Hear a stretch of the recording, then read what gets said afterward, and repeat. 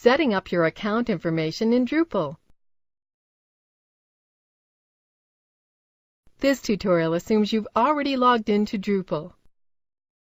Now let's learn how to set up our account information. Click the My Account link. Then click the Edit link. This is the Edit Account page where we can configure our account. It is from here that you can change your username and email address. You can also change your password and set your signature.